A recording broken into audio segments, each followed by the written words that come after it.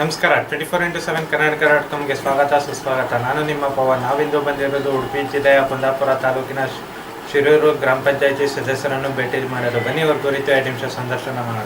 ನಮಸ್ಕಾರ sir. Sir, ತಮ್ಮ ಹೆಸರು? ಕಾವಾ ಮೊಹಮ್ಮದ್ ಇಸ್ಮಾಯಿಲ್. ಸರ್, ತಾವು ಯಾವ ಗ್ರಾಮ ಪಂಚಾಯತಿಯಿಂದ ಆಯ್ಕೆ ಆಗಿದ್ದೀರಿ? ಶಿರೂರು ಗ್ರಾಮ ಪಂಚಾಯತ್. ಸರ್, ತಾವು ಆಯ್ಕೆ ಆದಂಥ ಸಂದರ್ಭದಲ್ಲಿ ತಮಗೆ ಒಟ್ಟು ಎಷ್ಟು ಮತಗಳು ಬಂದಿತ್ತು ಸರ್? ನಾನು ಹೇಳಿದ್ನಲ್ಲ, 400 ಮೇಲೆ. ಹಾಂ ಸರ್. ಒಟ್ಟು ಎಷ್ಟು ಮತಗಳ ಅಂತರದಿಂದ ಗೆದ್ದಿದ್ದೀರಾ ಸರ್? ಲೀಡಿಂಗ್ ವೋಟ್ ಎಷ್ಟರಿಂದ ಗೆದ್ದಿದ್ದೀರಿ ಸರ್? ಒಂದು ಮತಗಳಿಂದ ಜಯಿಸಿದ್ದೀರಾ. ಸರ್, ತಮ್ಮ ವೃತ್ತಿ ಸರ್? ಫಿಶಿಂಗ್. ಸರ್, ತಾವು ಫಿಶಿಂಗ್ ಮಾಡಿಕೊಂಡು ರಾಜಕೀಯಕ್ಕೆ ಬರೋದಕ್ಕೆ ಸ್ಫೂರ್ತಿ ಏನು ಸರ್? ಯಾಕಂದರೆ ನಾನು ಫಿಶಿಂಗ್ಗೆ ಹೋಗಲಿಲ್ಲ, ಸಿಂಗ್ ಮಾಡಲ್ಲ. ನಮ್ಮ ತಂದೆರು ಅದೇ ಮಾಡೋದು. ನಾನು ಸೇಲ್ಸ್ಮೆನ್ಸ್ ಬಟ್ಟೆ ಅಂಗಡಿಯಲ್ಲಿ ಕೆಲಸ ಮಾಡ್ತೀನಿ. ಹಾಂ ಸರ್. ತಾವು 3 ವರ್ಷದಿಂದ ಅಧಿಕಾರದಲ್ಲಿದ್ದೀರಿ.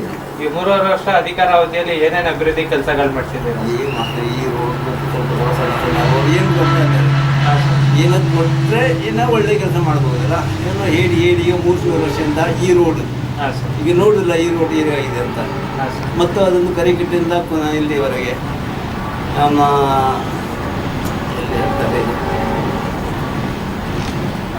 ಅಡವಿಗೆದೆ ಅದು ರೋಡ್ ಮಾಡ್ಬೇಕಂತ ಹೇಳ್ತಾ ಇದ್ದೀನಿ. ಇನ್ನೂ ಆಗಲಿಲ್ಲ, ಮಾಡಲಿಲ್ಲ.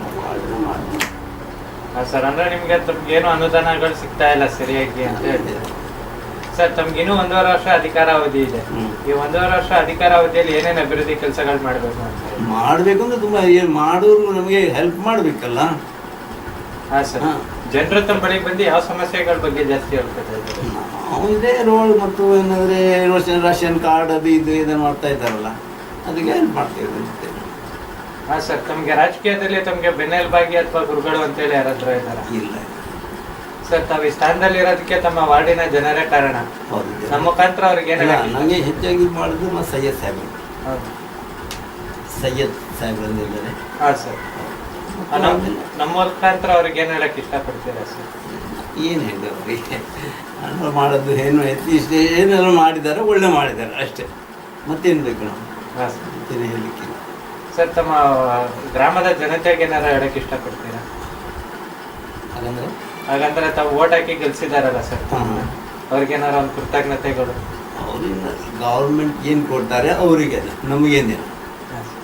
ಏನಾದರೂ ಸಿಕ್ಕಿದರೆ ನಾವು ಅಲ್ಲೆಲ್ಲೇ ಖರ್ಚು ಮಾಡಿಬಿಡ್ತೀವಿ, ಅದು ಮನೆಗೆ ತರುವಾಗಿ ಏನಿಲ್ಲ. ಸರಿ ಸರ್, ಇಷ್ಟು ಕಾಲ ನಮ್ಮ ಮನಂಗಳದ ಮಾತುಗಳನ್ನು ಹಂಚಿಕೊಂಡಿದ್ದಕ್ಕಾಗಿ ಧನ್ಯವಾದಗಳು. ನಮಸ್ಕಾರ ಸರ್.